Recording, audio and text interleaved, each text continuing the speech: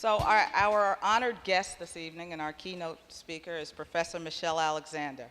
Michelle Alexander is a highly acclaimed civil rights lawyer, advocate, and legal scholar who currently holds a joint appointment at the Kirwan Institute for the Study of Race and Ethnicity at the Moritz College of Law at the Ohio State University.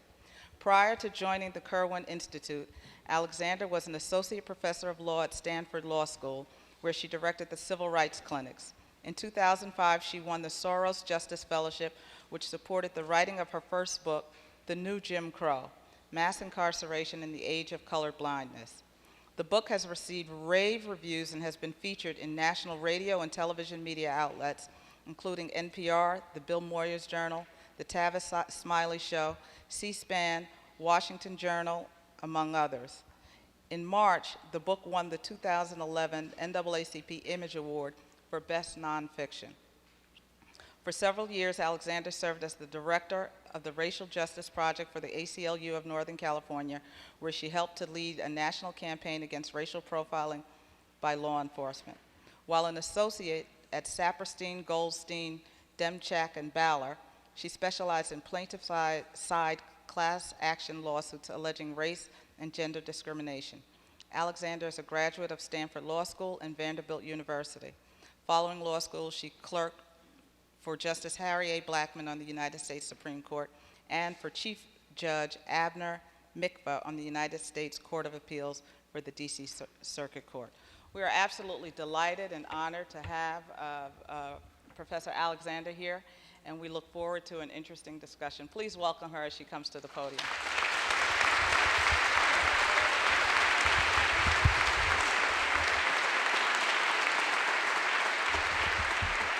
Thank you. Thank you for the very warm welcome and kind introductions. I am just so thrilled to be here, truly honored to be here. The truth is that I've been hoping to come to Abyssinian for quite a long time. Not long after my book was first published, my publisher asked me, where in New York would you like to have a book event, and mentioned a number of churches in New York that were interested in hosting me, and I said immediately, Abyssinian, I want to go to Abyssinian.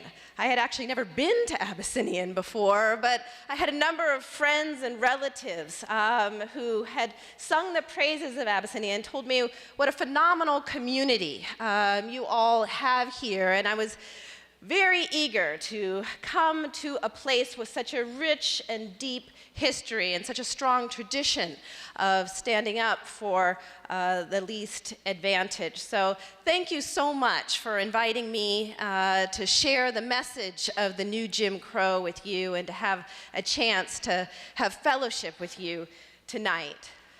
Where to begin? A wise woman once told me that, quote, in life, there are acts of great faith and acts of great foolishness, and sometimes it's difficult to tell the difference between the two.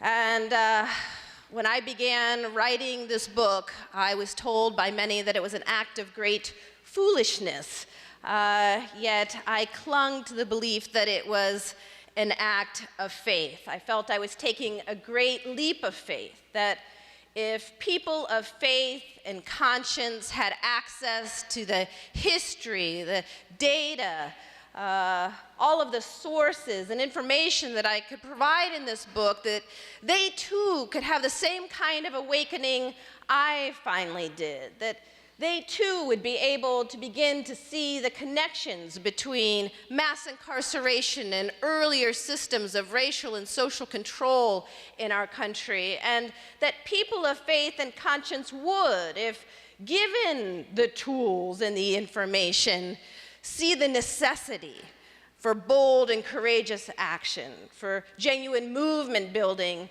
to end mass incarceration. But as I was writing the book, many people, including some of my mentors and colleagues, told me that writing this book was an act of great foolishness. I was told that I was ruining my career and that if I hoped to be taken seriously as a law professor or as an academic, I should stick to writing traditional law review articles and not cast myself as some kind of radical. And I must admit that, that for a while I began to believe that perhaps I was engaged in an act of foolishness, and writing the book was so much more difficult than I had imagined. And so my confidence and my hope and faith began to falter. And I started telling my husband that I was going to give up writing the book. Over and over I would tell him, no, really, seriously, honey, this time I'm giving up. I'm done for real. And then by no small coincidence, every time I said I was done, I was really quitting it, I was finished with this project, a letter would show up in the mail from a prisoner or a family member who had a loved one who had just been released from prison begging me to finish the book.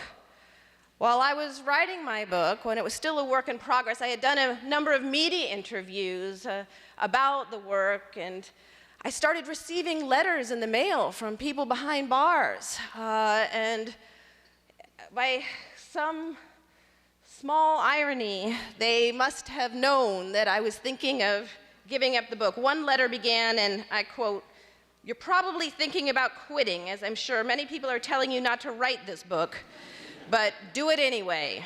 Do it for those of us who no longer have a voice." I now see that I would have been a fool not to finish. A movement to end,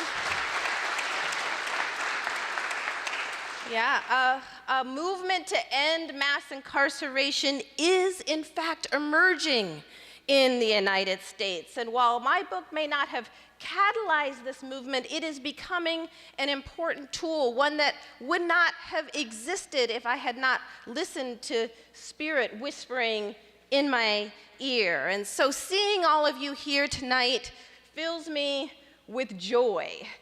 Martin Luther King Jr. once said there is, quote, "nothing more tragic than to sleep through a revolution."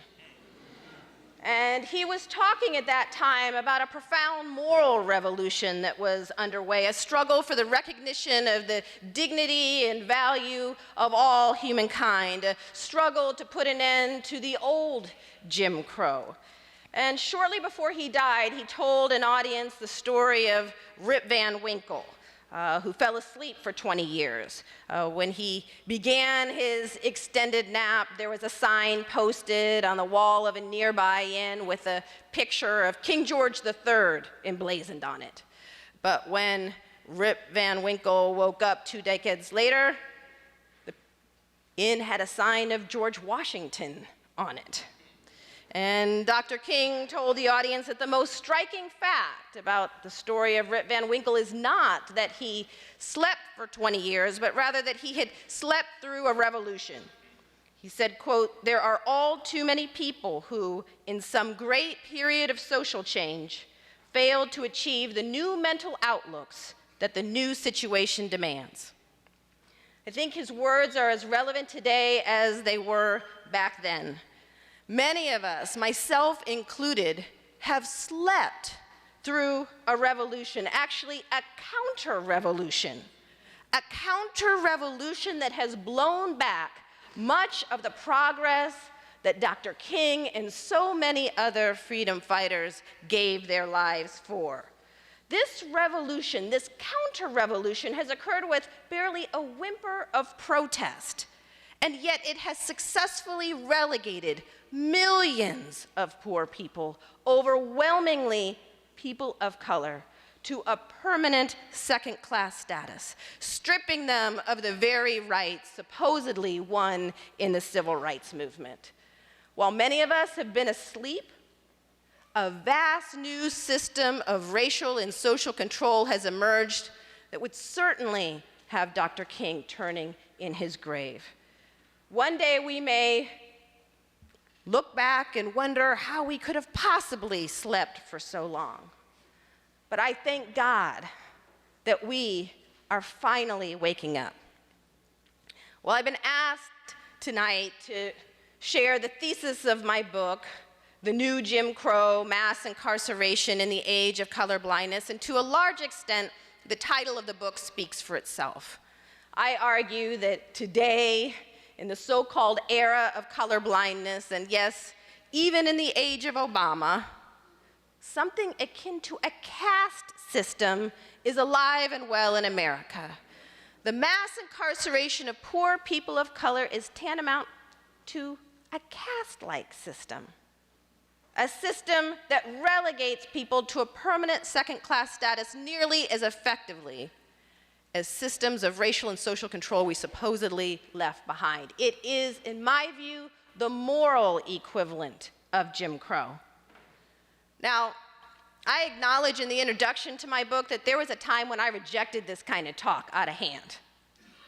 There was a time when I resisted strenuously comparisons between mass incarceration and slavery or mass incarceration and Jim Crow, believing that people who made those kinds of claims and comparisons were engaging in exaggerations, distortions, and hyperbole.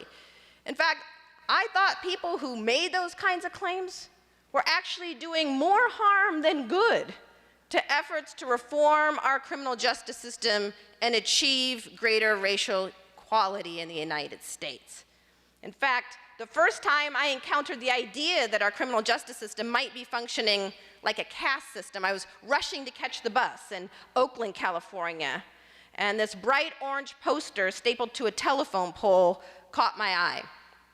And on it, it said in large bold print, "The drug war is the new Jim Crow." And I remember stopping for a minute and scanning the text of the flyer, and I saw that a small community group was holding a meeting at a local church a few blocks away, and they were organizing to protest racial profiling, 3 strikes law in California, police brutality, the expansion of California's prison system, the drug war. And I remember thinking to myself, yeah, criminal justice system is racist in a lot of ways, but it doesn't help to make such absurd comparisons to Jim Crow. Now, people just think you're crazy. And then I crossed the street, hopped on the bus, headed to my new job as director of the Racial Justice Project for the ACLU in California. Well, when I began my job at the ACLU, I thought I knew a lot about racial bias in our societal institutions. I had been working as a civil rights lawyer for a number of years, representing victims of racial bias, gender bias in employment.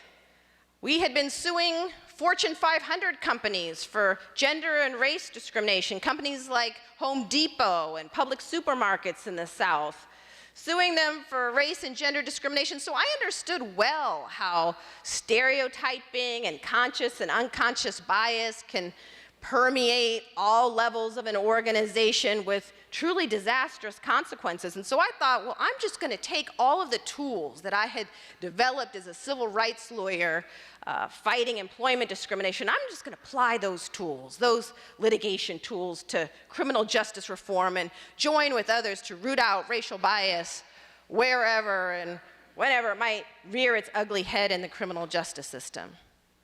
But by the time I left the ACLU, I had come to realize that I had been dead wrong about the criminal justice system. It's not just another institution in our society infected with racial bias, but a different beast entirely. The activists who posted that sign on the telephone pole, they weren't crazy, nor were the smattering of lawyers and activists around the country that were beginning to connect the dots between mass incarceration and earlier forms of racial and social control. It was only after years of representing victims of racial profiling and police brutality and investigating patterns of drug law enforcement in poor communities of color and attempting to assist people released from prison re-enter into a society that had never shown much use for them in the first place, that I finally had a series of experiences that began what I now call my awakening.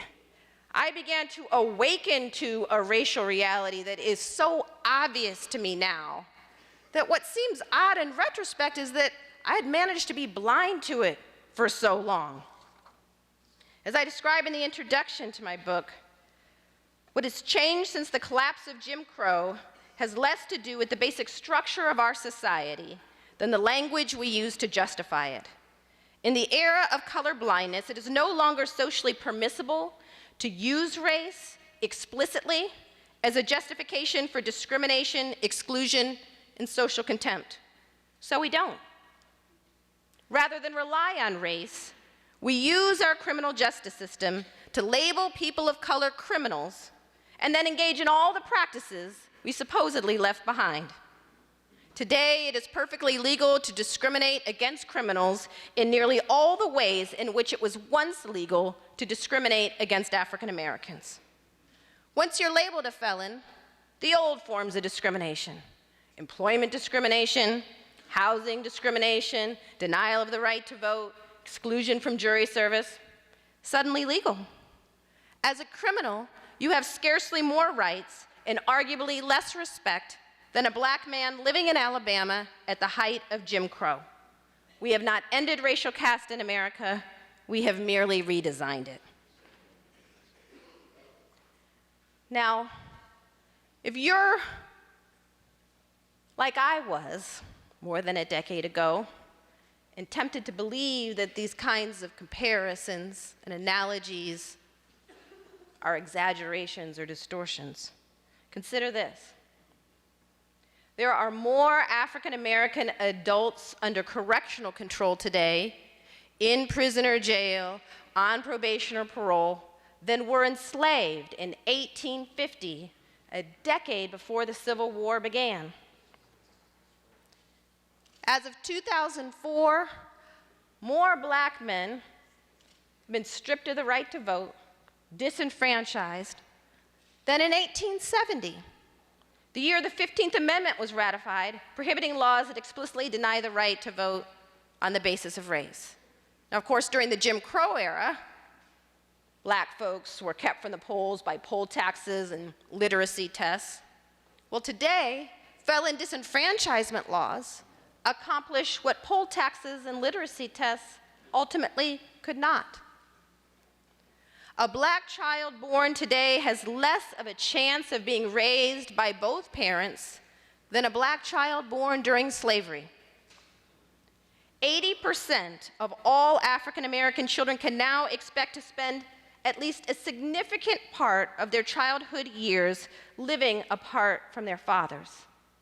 This is due in large part to the mass incarceration of black men.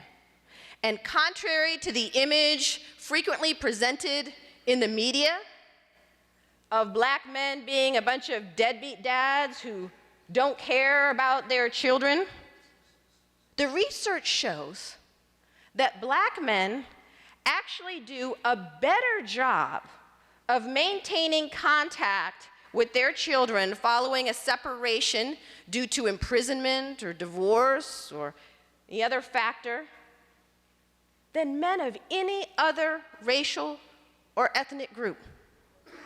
But no other racial or ethnic group faces such an extraordinary challenge in playing the role of a traditional father in our society today. That's not to say black men couldn't do better, but white men could do better as fathers. Latinos, Asian men could do better as fathers. Black men do a better job at trying than men of any other race. But trying is difficult when you are locked behind bars, when you're jobless or barred by law from residing in the same home as your children and your spouse. Now, this phenomenon of black men kept from their families and their children, their loved ones, doesn't affect some small segment of the black community, as we know. To the contrary, in major urban areas, more than half of working age African American men have criminal records and are thus subject to legalized discrimination for the rest of their lives. In fact, in the Chicago area, if you take into account prisoners, if you actually count them as people, prisoners are typically excluded from unemployment statistics, poverty statistics, thus masking the severity of racial inequality in the United States. But if you count prisoners as people in the Chicago area, nearly 80% of working age African American men have criminal records and are thus subject to legalized discrimination for the rest of their lives. It was recently reported in a book just published by Ernest Drucker called A Plague of Prisons that in Washington, D.C., that figure has now surpassed 90%. These men are part of a growing undercaste, not class, caste, a group of people defined largely by race, relegated to a permanent second-class status by law. Now, I'm fairly certain that there's at least one person out there who's thinking, what is she talking about? Our criminal justice system isn't a system of racial control, it's a system of crime control. And if black folks would just stop running around committing so many crimes, they wouldn't have to worry about being locked up and then stripped of their basic civil and human rights. But therein lies the greatest myth about mass incarceration, namely that it's been driven by crime and crime rates. It's not true. It's not true. Over the last 30 years, our prison population has exploded, has quintupled. We've gone from a rate of incarceration, we've gone from about 300,000 people behind bars in the mid-1970s to over 2 million today. We now, as a nation, have the highest rate of incarceration in the world, dwarfing the rates of highly repressive regimes like Russia or China and Iran. But again, this explosion in imprisonment is not due to crime rates. Over the past few decades, crime rates have fluctuated, have gone up, have gone down. Today, as bad as crime rates are in many parts of the country, crime rates are actually at historical lows. But incarceration rates have soared. Most criminologists and sociologists today will acknowledge that crime rates and incarceration rates in the United States have moved independently of one another. Incarceration rates, especially black incarceration rates, have soared regardless of whether crime was going up or down in any given community or the nation as a whole.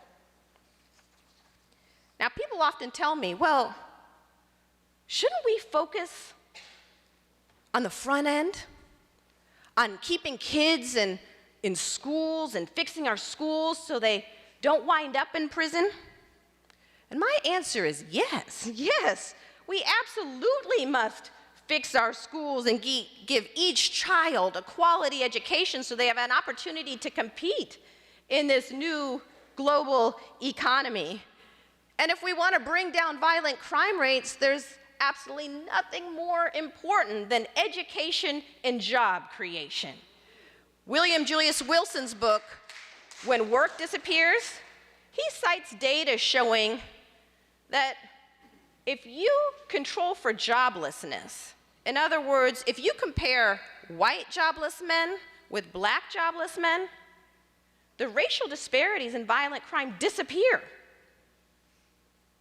Now, joblessness is not an excuse for violence by any means. But if we want to reduce violent crime in our communities, the best remedy is education and job creation. But reducing crime rates, simply reducing crime rates, will not end mass incarceration. Let me repeat that. Simply reducing crime rates will not end mass incarceration. Why? Because crime rates have not been driving the explosion of our prison system. So what has? If not crime and crime rates? Well, it turns out that the activists who post that sign on the telephone pole were right. The war on drugs and the Get Tough movement, the wave of punitiveness that washed over the United States. What has changed dramatically is not so much crime, but what gets defined as crime and how we respond to it. And nothing has contributed more to this harsh response than the war on drugs. Drug convictions alone, just drug convictions, accounted for 2/3 of the increase in the federal prison system and more than half of the increase in the state prison system between 1985 and 2000, the period of our prison system's most dramatic expansion. Drug convictions have increased more than 1,000% since the drug war began. To get a sense of how large a contribution the war on drugs has made to mass incarceration, consider this. There are more people in prisons and jails today just for drug offenses than were incarcerated for all reasons in 1980. Now, most Americans violate drug laws in their lifetime. Most do. That's what the research shows. But the drug war, not by accident, has been waged almost exclusively in poor communities of color, even though studies have consistently shown now for decades that, contrary to popular belief, people of color are no more likely to use or sell illegal drugs than whites, or sell. Now, that defies our basic racial stereotypes about who's a drug dealer. You know, if you picture a drug dealer in your mind, you're probably picturing some black kid standing on the street corner with his pants sagging. Plenty of drug dealing happens in the hood, but it happens everywhere else in America as well. A white kid living in rural Kansas doesn't drive to the hood to get his marijuana or his meth or his cocaine. No, he gets it most likely from someone of his own race down the road. In fact, where significant differences in the survey data appear, it frequently suggests that white youth are more likely to engage in illegal drug dealing than black youth. But that's not what you would guess by taking a peek inside our nation's prisons and jails, which are overflowing with black and brown drug offenders. In some states, 80 to 90% of all drug offenders sent to prison have been one race, African American. Now, I find that many people, when they see the data, they're stunned, and they say, yeah, that's awful. Those racial disparities, it's astounding. But still, we need to be waging a drug war in those ghetto communities because that's where the violent offenders can be found. That's where the drug kingpins can be found. They say it makes sense to wage the drug war in the ghetto communities because we have to get tough with them. That's where the violence is. Indeed, in my experience, most people seem to imagine that the war on drugs was declared in response to the emergence of crack cocaine and the related violence. And for a while, I believed that too.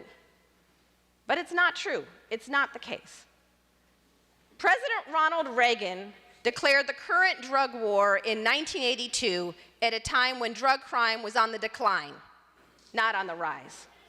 He declared the drug war before, not after, crack became a media sensation and was ravaging inner city communities. President Richard Nixon was the first to coin the term a war on drugs, but it was President Ronald Reagan who turned that rhetorical war into a literal one. And at the time he declared his drug war, drug crime was actually on the decline, and less than 3% of the American population identified drugs as the nation's most pressing concern. So why declare a drug war at a time when drug crime is declining and the American population isn't much concerned about drugs? Well, the answer is that from the outset, the drug war had relatively little to do with genuine concern about drug addiction or drug abuse, and nearly everything to do with politics, racial politics. Numerous historians and political scientists have now documented that the war on drugs was part of a grand Republican Party strategy known as the Southern Strategy of using racially coded, get tough appeals on issues of crime and welfare to appeal to poor and working class whites in the South who were resentful of, fearful of, anxious about many of the gains of African Americans in the civil rights movement. Now, to be fair, I think we have to acknowledge that poor and working class whites really had their world rocked by the civil rights movement. You know, wealthy whites, they could send their kids to private schools, give their kids all of the advantages that wealth has to offer. But poor and working class whites were faced with a social demotion. It was their kids who might be bused across town to go to a school they believed was inferior. It was their kids and themselves who were suddenly forced to compete on equal terms for limited jobs with this whole new group of people they've been taught their whole lives to believe were inferior to them. And then to make matters worse from their perspective, affirmative action programs created the perception that black folks were now leapfrogging over them on their way to Harvard and Yale and fancy jobs in corporate America. And this state of affairs created an enormous amount of fear, resentment, anger, but it also created an enormous political opportunity. Pollsters and political strategists found that thinly veiled promises to get tough on them, a group of people not so suddenly defined by race, could be enormously successful in persuading poor and working class whites to defect from the Democratic New Deal coalition and join the Republican Party in droves. In fact, in the words of H.R. Haldeman, President Richard Nixon's former chief of staff, he explained the strategy this way, quote, "The whole problem is really the blacks. The key is to devise a system that recognizes this while not appearing to," end quote. Well, they did. A couple years after the drug war was announced, crack cocaine began to ravage inner city communities. And the Reagan administration seized on this development with glee, actually hiring staff whose job it was to feed to the media stories of inner city crack babies and crack deals and the so-called crack whores and crack-related violence. Their goal was to make crack a media sensation in the hopes that it would bolster public support for a drug war they had already declared and persuade Congress to devote millions more dollars to waging it. And the plan worked like a charm. Almost overnight, our television sets were saturated with images of crack babies, crack dealers, the so-called crack whores. And a wave of punitiveness swept over the United States, and soon Congress was passing harsh mandatory minimums for possession of small amounts of crack cocaine and other drugs, sentences harsher than murderers receive in some other Western democracies. And soon, Democrats began competing with Republicans to prove they could be even tougher on them than their Republican counterparts. And so it was President Bill Clinton who escalated the drug war far beyond what his Republican predecessors even dreamed possible. And it was President Clinton that championed laws denying federal financial aid to drug offenders for college. It was President Clinton who championed laws banning people with criminal convictions from access to public housing so that people wouldn't have housing upon release from prison. It was the Clinton administration that championed laws denying even food stamps under federal law to people who were once caught with drugs. To a large extent, the basic architecture of this new caste system was championed by a Democratic administration desperate to win back the so-called white swing voters, the folks who had defected from the Democratic Party in the wake of the civil rights movement. Still, in my experience, many people who are familiar with this history defend the drug war and mass incarceration nonetheless. They say, but what about all those drug kingpins, and what about the violence in our communities? Don't we need this war to deal with them? And it is true. We need an aggressive approach to dealing with the violence that plagues our communities. But let's be clear, this drug war has never been aimed at rooting out the drug kingpins or the most violent offenders. Never has. Never has. Federal funding in this war has flowed to those state and local law enforcement agencies that boost the sheer volume of drug arrests. It's been a numbers game. State and local law enforcement agencies are rewarded in cash by the millions for the sheer numbers of people swept into the system for drug offenses. This helps to explain why law enforcement so often goes out looking for the so-called low-hanging fruit, stopping, frisking, searching as many people as possible, pulling as many vehicles as possible over in a search for drugs. But of course, they don't do that so much in middle-class white neighborhoods. They don't sweep college campuses and universities for drugs, though plenty can be found there, I can assure you. No, these tactics are applied only in poor communities of color, because that's where they can get away with it and still get paid. And the results are predictable. People of color have been rounded up in mass for relatively minor, nonviolent drug offenses. In 2005, for example, 4 out of 5 drug arrests were for simple possession, only 1 out of 5 for sales. Most people in state prison for drug offenses have no history of violence or significant selling activity. And in fact, in the 1990s, the Clinton years, the period of the greatest escalation of the drug war, nearly 80% of the increase in drug arrests were for marijuana possession, a drug has now been shown to be less harmful, less addictive than alcohol or tobacco, and at least, if not more prevalent, in middle-class white communities and on college campuses as it is in the hood. But by waging the drug war exclusively in the hood, we've managed to create a vast new racial undercast in an astonishingly short period of time.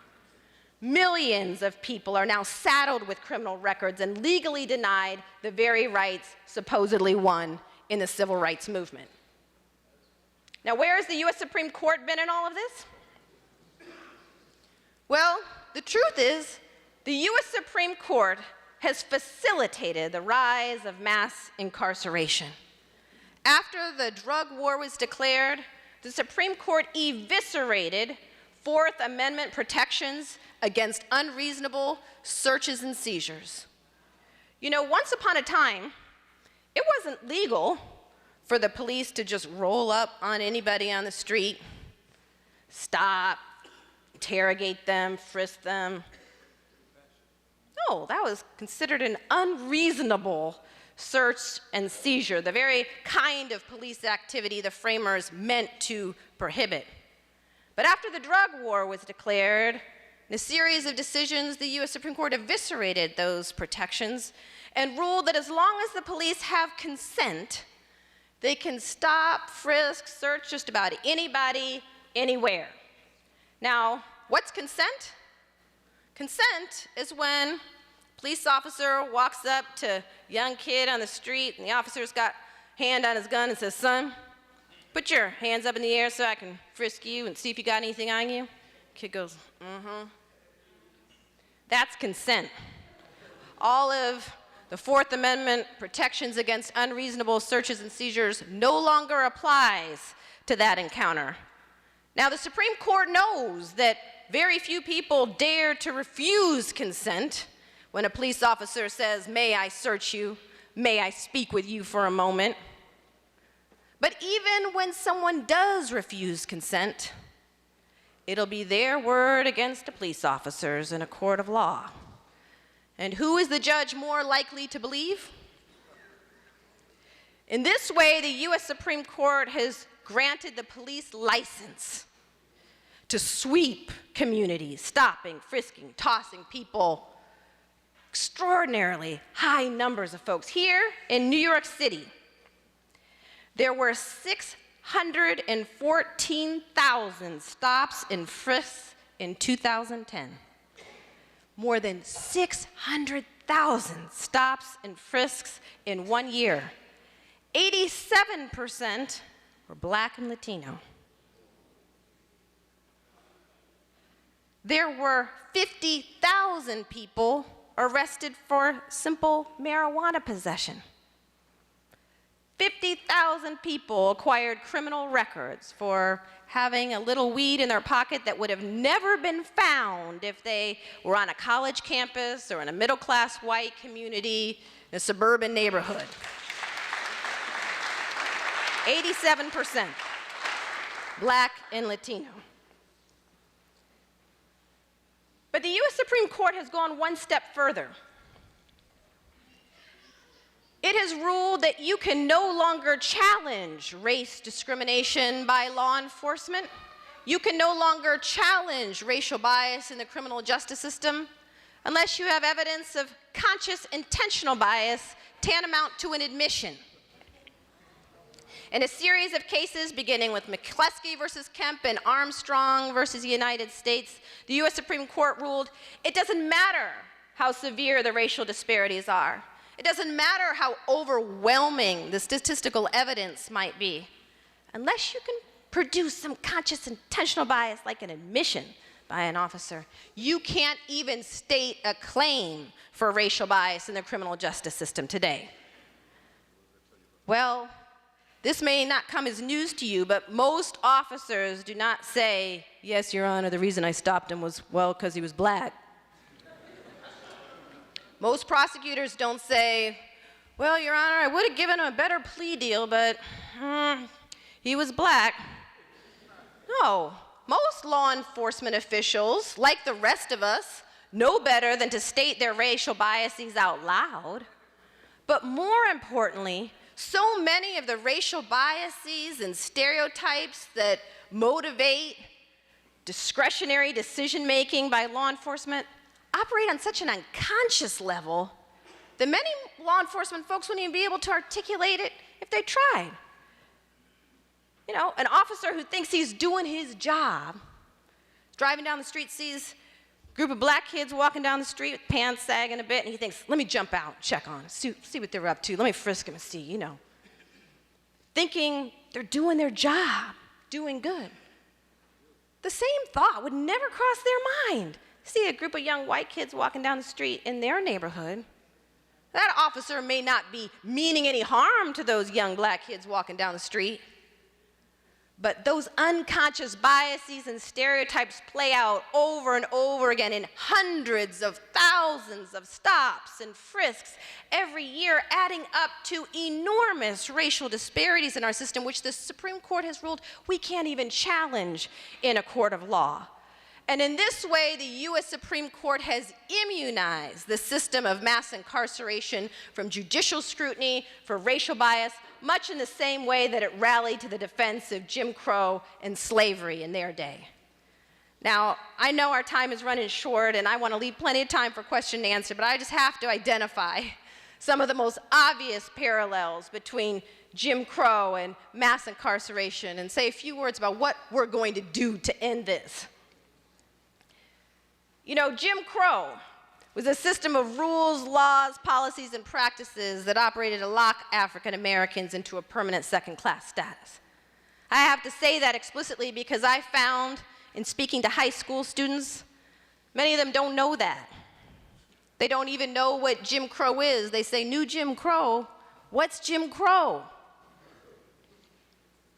and with such extraordinary dropout rates today, realize there is a lot of education about our history that needs to happen before we can ever have a conversation about the new Jim Crow. But today, you take look at some of the rules and laws that apply to people branded criminals and felons today, and ask yourself if they remind you of a bygone era. The first and most obvious, of course, is denial of the right to vote. 48 states in the District of Columbia deny prisoners the right to vote, and here in the United States, I find people to kind of meet that with a shrug of their shoulders. We're like, well, yeah, they're prisoners. Why should they be able to vote? Well, in many other Western democracies, prisoners have the right to vote.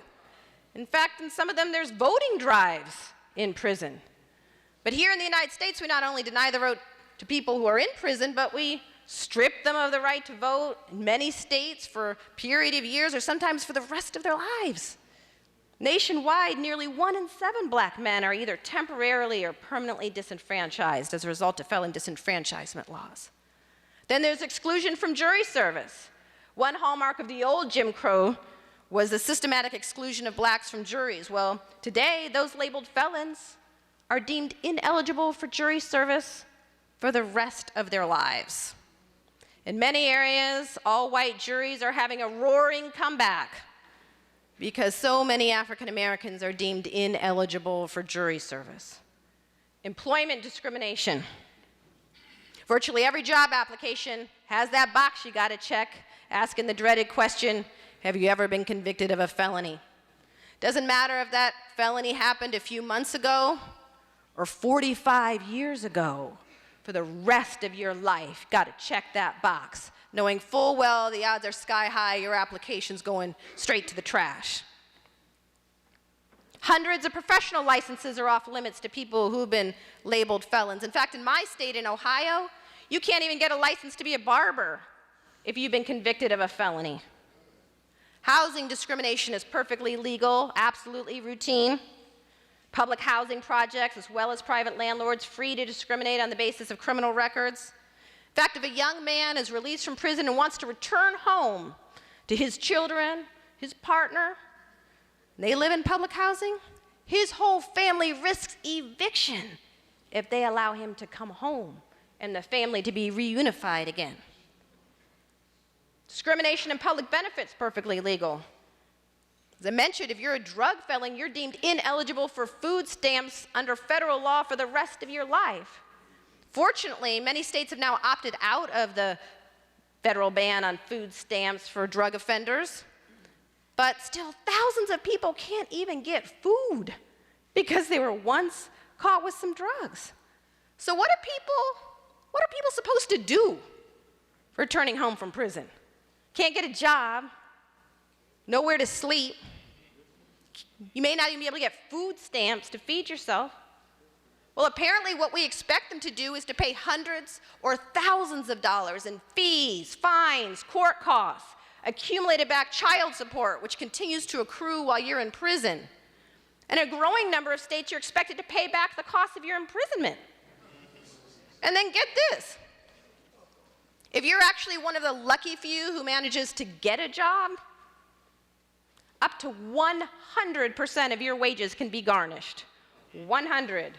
To pay back all those fees, fines, court costs, and accumulated back child support. What are folks expected to do? I say, what is this system designed to do? It sure seems designed to send folks right back to prison, which is what in fact happens. That's exactly what happens about 70% of the time. About 70% of people released from prison return within 3 years, and the majority of those who return, according to some studies, do so in a matter of months because the challenges associated with mere survival on the outside are so immense. Still, many people returning home from prison tell me that's not even the worst of it. It's not even the worst of it. It's the shame and stigma that follows you for the rest of your life that haunts you. It's not just the denial of the job, but that look that flashes over the employer's face when he sees, that box has been checked. It's not just the denial of housing, but the shame of having to beg your aunt or your grandma to sleep in their basement at night. There's nowhere else to take you in. It's that shame and stigma that causes so many people branded criminals and felons to try to pass. You know, during the old Jim Crow, light-skinned blacks would try to pass as white to avoid the shame and stigma of race. Well, today, people branded criminals and felons try to pass by failing to check the box on employment applications or on housing forms, but more importantly, by lying and denying and avoiding with family members, friends, relatives. There's an excellent ethnographic study conducted in Washington, D.C. It was published as a book called Doing Time on the Outside. It was a study of neighborhoods in Washington, D.C., hardest hit by mass incarceration. I mean, these are neighborhoods where literally every house or every other apartment has a family member who's either behind bars or who's just been released from prison. I mean, neighborhoods where incarceration is so common, you'd think people would just be talking about it all the time. Who's in, who's out. And to some extent, that was true. But in this study, they were unable to find one person, who had fully come out to their friends, neighbors, loved ones about their own criminal history or that of their relatives. Children, when asked by a relative, "Honey, where's your daddy? Where's your daddy been?" Child would say, "My daddy, I don't know where my daddy is," knowing full well Daddy's in prison. People run into a neighbor on the street. Neighbor says, "Oh, I haven't seen you in years. Where have you been? It's been so long. It's so good to see you. How you doing? Where have you been?" "Oh, you know, I've been out of town. It's good to see you. Yeah, I gotta go." That shame and stigma keeps even the community's hardest hit silent in denial, avoiding, shaming, and blaming one another. And this silence and denial makes collective political action next to impossible. So what do we do? Where do we go from here? Well, I spend the last chapter of my book discussing this in some depth, but one thing is clear, I think. Those of us in the civil rights community, we've allowed a human rights nightmare to occur on our watch. We have.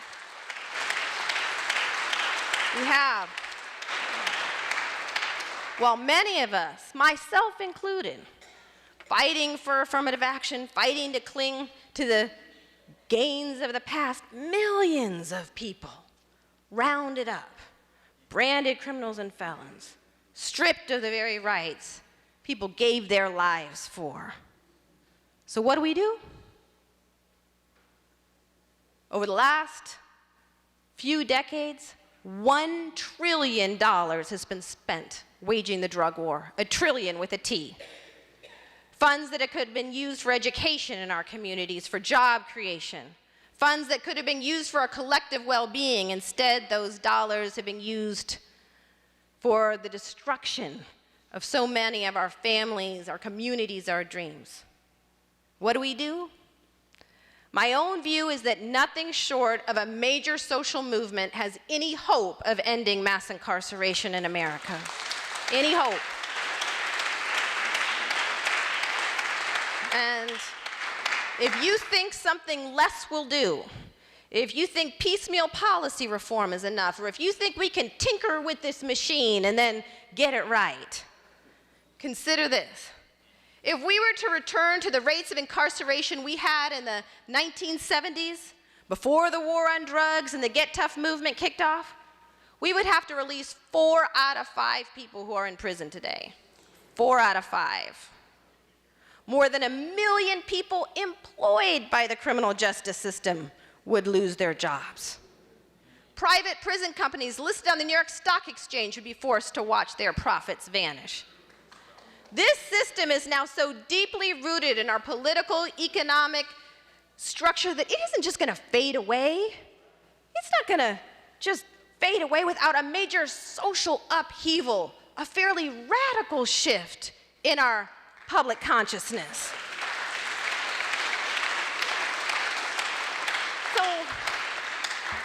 So how do we do this? How do we build this movement? Well, first, I think we've got to begin by telling the truth, the whole truth. We've got to be willing to admit out loud that we as a nation have managed to rebirth a caste-like system in the United States. And we've got to be willing to tell this truth in our churches, in our schools, in our community centers. Because if we fail to wake up, really wake up, we will never build the kind of movement that is necessary to end this system. But even that is not enough. Consciousness raising is not enough. We've also got to be willing to build an underground railroad for the people returning home from prison. Yes. People who are struggling, striving to make a true break for freedom have got to be supported, have got to be welcomed with open arms, with love. So many people who have been released from prison tell me often that church is one place they don't feel safe to go. It's a place where they often feel intense shame and stigma. Mothers of sons who are behind bars say, well, I used to go to church, but I don't go anymore. Feel shame now. I know what people must be thinking of me, that I've failed as a mother somehow, that I've done wrong. We have got to end the shame and stigma associated with this system and those who've been branded criminals and felons. And how do we do that? Well, first, I think it starts by us admitting our own criminality out loud. Our own. Because the truth is, we're all criminals. We all are. All of us. You know, people tell me, I'm not a criminal. Don't call me a criminal. I'm not a criminal. I say, well, maybe you drank underage. Maybe you experimented with drugs, or if the worst thing you've done in your unadventurous life is speed 10 miles over the speed limit on the freeway, you've put yourself and others at more risk of harm than someone smoking marijuana in the privacy of their living room. So, you know, but here in the United States, there are people doing life sentences for first-time drug offenses. Life sentences. The U.S. Supreme Court upheld life sentences for first-time drug offenses in a case called Harmland versus Michigan.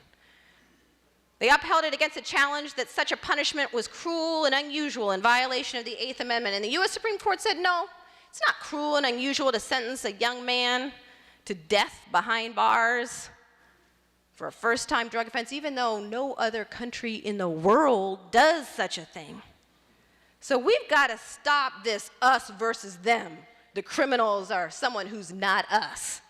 And instead say, there but for the grace of God go I.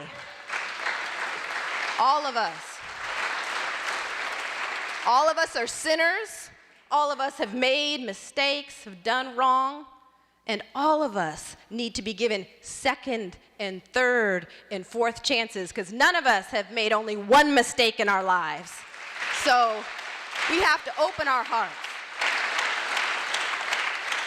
But even that is not enough, because just as during the days of slavery, there were some who were doing the work of shuttling a few to freedom through the Underground Railroad, there were also those who were working for the abolition of slavery. And so we must support those returning home and the families who are struggling to survive in the era of mass incarceration, but we've also got to be willing to work for an end to this system itself. And that means ending the war on drugs once and for all. It means abolishing all of these laws that authorize legal discrimination against people in employment, housing, access to public benefits, denying them basic human rights to work and to shelter and to food. And last but not least, we've got to shift from a purely punitive approach to dealing with violence in our community to a rehabilitative and a restorative approach to dealing with violence and violent offenders. So we've got a lot of work to do. We've got to end mandatory minimum sentences and stop and frisk practices and federal funding for the sheer numbers of drug arrests. We've got a lot of work to do. And you might think it's too much. that we can't do it all. And if it feels too overwhelming, just keep this in mind. All of these rules, laws, policies, and practices and tactics rest on one core belief. And it's the same core belief that sustained Jim Crow. It's the belief that some of us are not worthy of genuine care, compassion, and concern. And when we effectively challenge that core belief, this whole system begins to fall like dominoes. A multiracial, multi-ethnic human rights movement must be born, a movement that respects and honors the dignity and humanity of all people. And this has got to be a multiracial movement, a multi-ethnic movement, because although this war on drugs was born with black folks in mind, it is a war that has destroyed the lives of people and communities of all colors. And the same divisive racial politics that birthed mass incarceration, you may have noticed, is now being played out with immigrants as the target. And a prison building boom aimed at housing suspected illegal immigrants is now underway in the United States. So we've got to connect the dots and build a multiracial movement, multi-ethnic movement on behalf of all of us. But before this movement can even get underway, a great awakening is required. We've got to awaken from this colorblind slumber that we've been in to the realities of race in America. And we've got to be willing to embrace those labeled criminals. Not necessarily all their behavior, but them, their humanness. For it has been the refusal and failure to recognize the dignity and humanity of all people that has been the sturdy foundation for every caste system that has ever existed in the United States or anywhere else in the world. It's our task, I firmly believe, to end not just mass incarceration, but to end this history and cycle of caste in America. Thank you so much for having me tonight.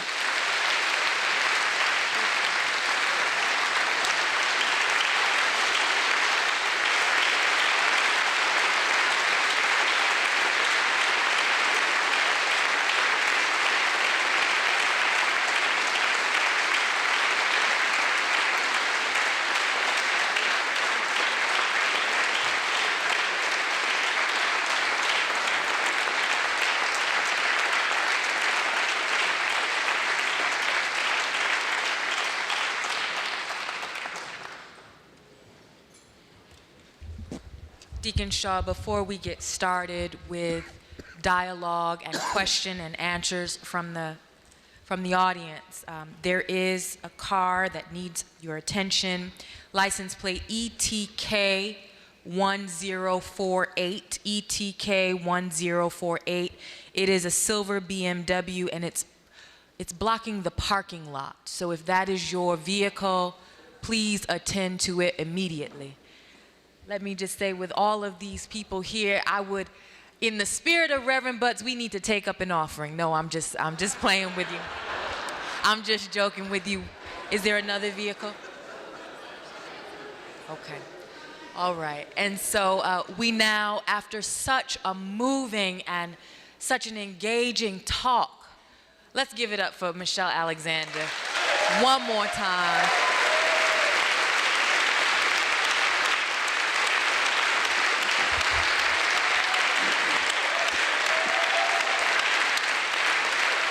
Come on, Abyssinian, we can do better than that. This was great.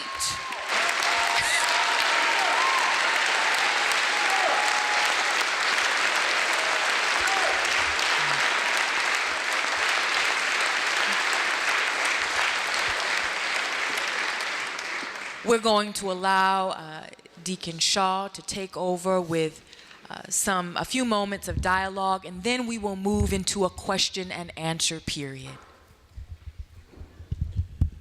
Well, that's quite a presentation, and we thank you, Michelle. I can't resist making a quick personal observation. I shared with Michelle that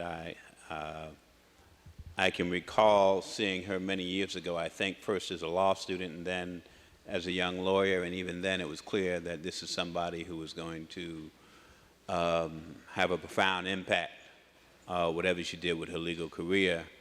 But she's blown up beyond imagination.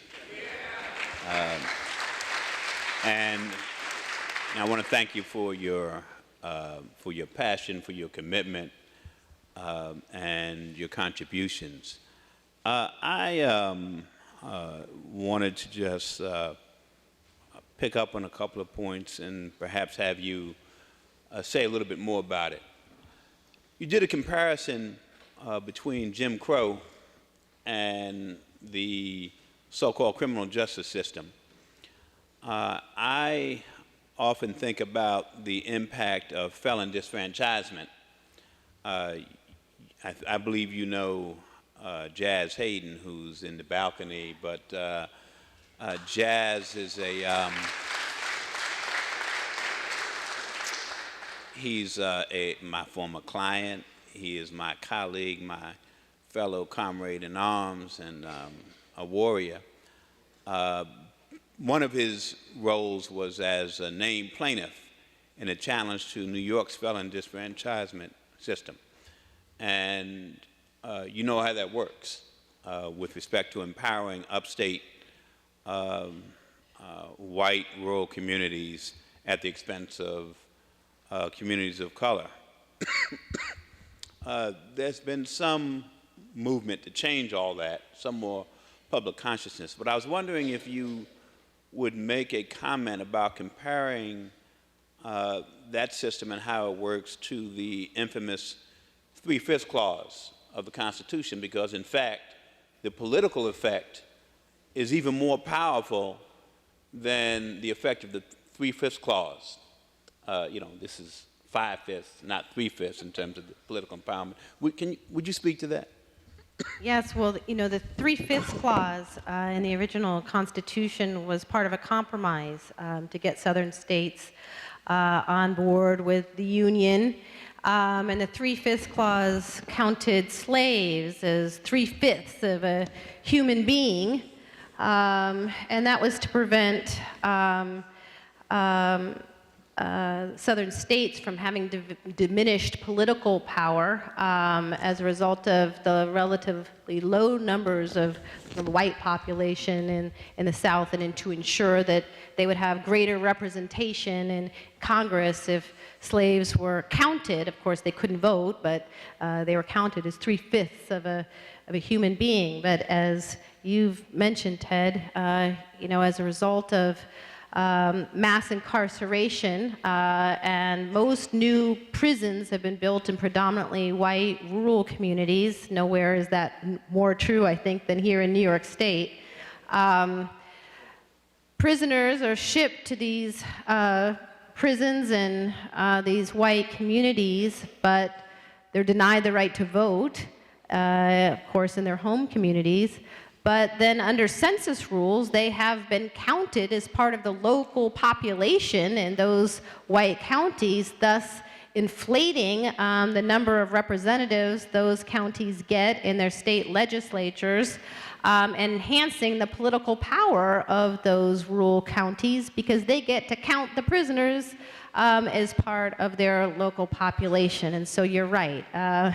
Rather than being 3/5 of a human being, you're pretty much going to 0/5 of a human being, but you're counted as 5/5 of a human being for the purposes of redistricting and the empowerment of those rural communities. And so the impact is even more powerful with respect to political empowerment of those white communities than the 3/5 clause worked with respect to the South.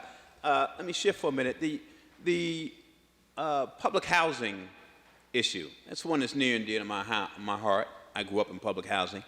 The impact of the disqualification from public housing is one that's profound. And what happens often is people make the argument, the assumption is that, you know, this is your show, not mine. So what's the underlying assumption of disqualifying one from public housing if one has a drug arrest?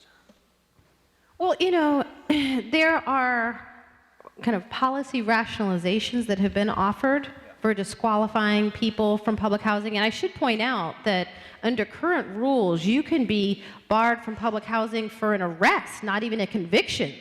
So you could be stopped, frisked, arrested, and then excluded from public housing as a result of that arrest. Even if you were perfectly innocent and never even convicted of the crime, that arrest can be used against you, you know, in getting access to public housing.